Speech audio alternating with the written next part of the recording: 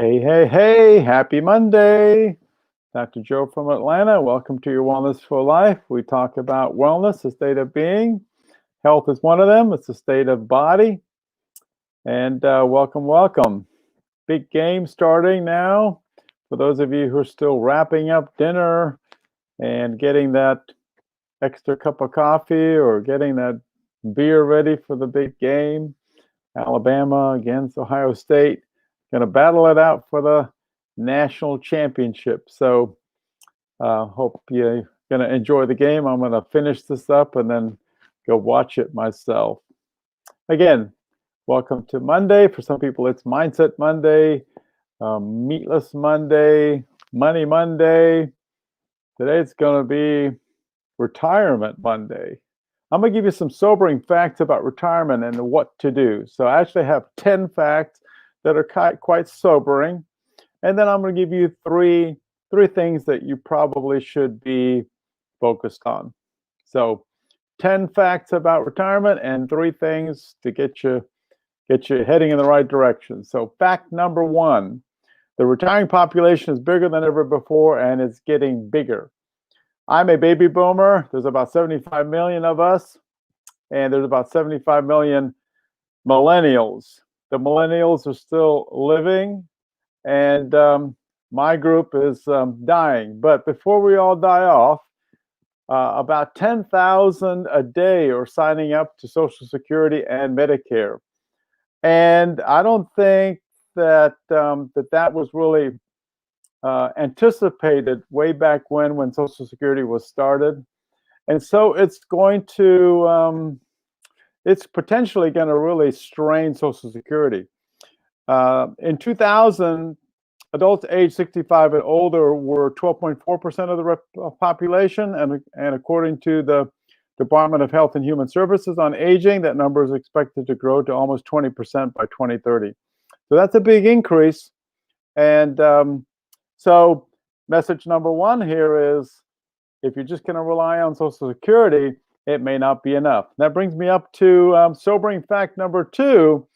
More than 1/3 of retirees are going to rely on Social Security nearly exclusively for their income. And according to the SSA, 23% of married retirees and 46% of unmarried retirees will be relying on just Social Security, and that's 90% or more of their income. And we'll come to the solution.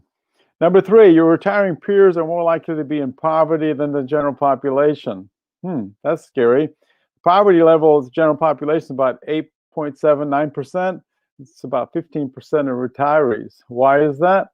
Well, you don't have a stream of income anymore, and you continue to have expenses. And if you don't adjust your lifestyle, man, you might run out of money.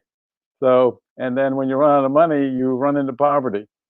Number 4, your life expectancy may be greater than your caregivers. We have a chronic disease, obesity, inflammation crisis in America. The American Heart Association reports that obesity rates are now triple that of in 1963. And the Surgeon General said we may see the first generation that will be less healthy and have a shorter life expectancy than their parents. So a big question is, are you prepared to fund your own care?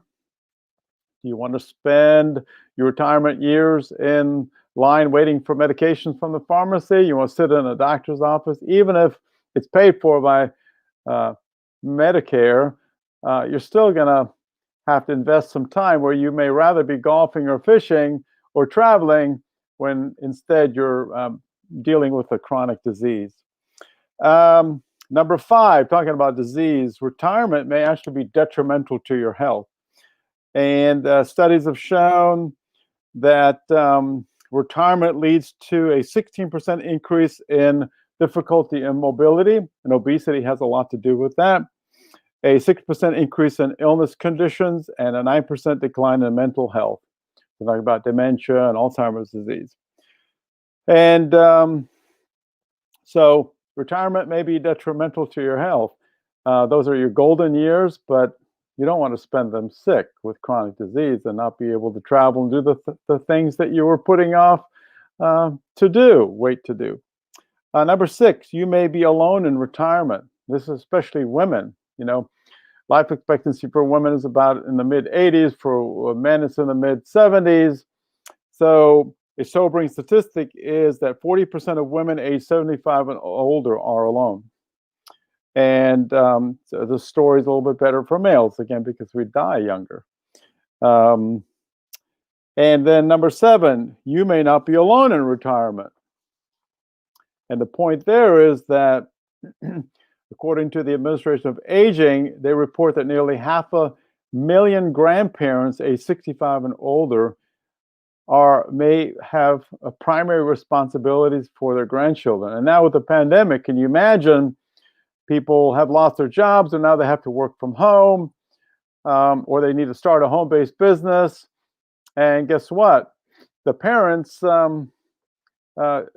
don't have time to take care of kids, and they need to be focused on job, or maybe they've had to go back to work and the schools are shutting down, whatever. It's been very disruptive this past year, and a lot of grandparents have rolled up their sleeves and helped.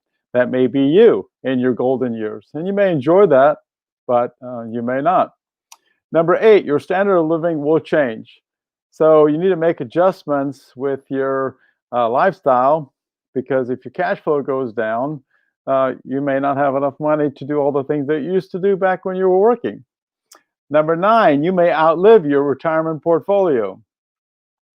The average retirer can expect to spend nearly 2 decades in retirement. And the Administration on Aging reports that adults age 65 have an average life expectancy of another about 20 years. And it's more for females, 20 plus years for females, 17 plus years for males. And then number 10, retirement portfolios aren't keeping pace with increased life expectancy.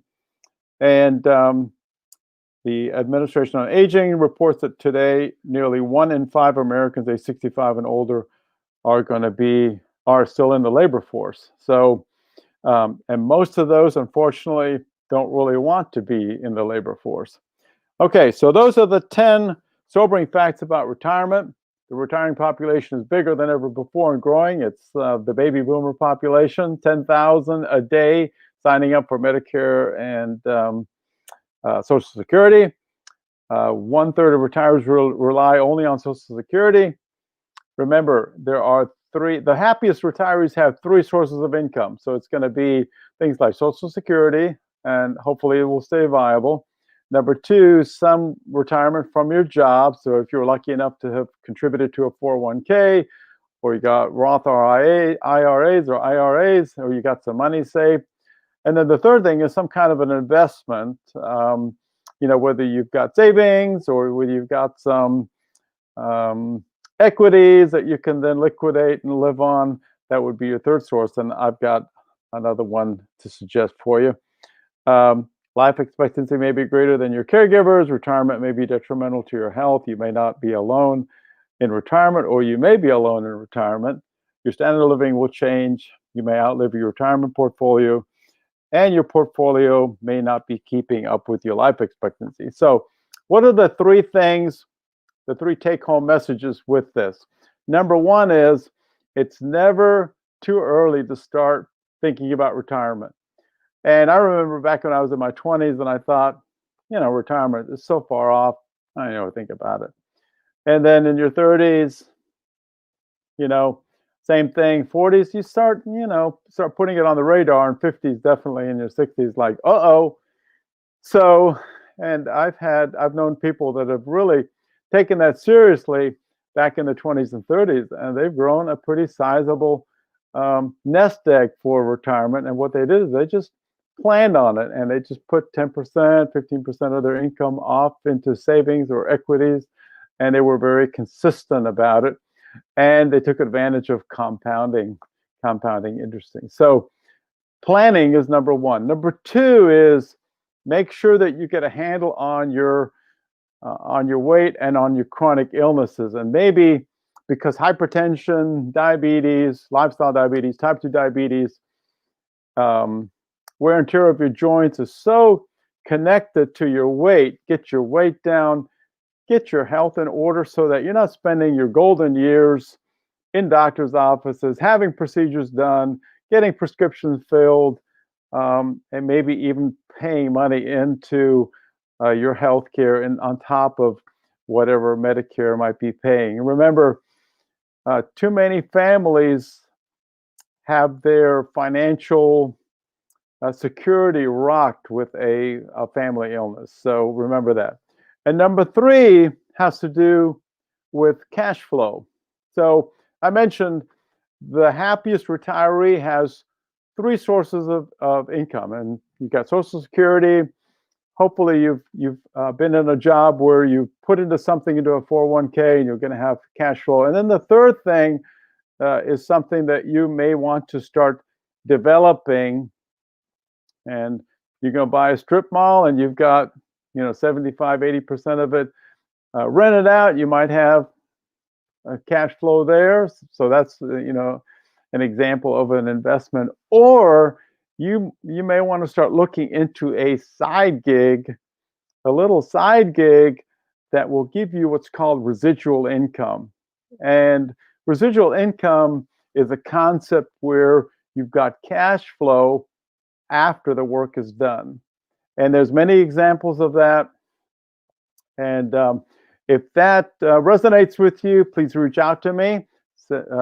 Give me a comment, send me a message, and I'd be happy to explain the concept of residual incoming, getting another stream of income going so that you can be one of these happy retirees in your retirement years. So Dr. Joe from Atlanta, welcome to Wellness for Life. We talked about sobering facts about retirement, 10 of them, and 3 big concepts of what you should do to plan for your golden years.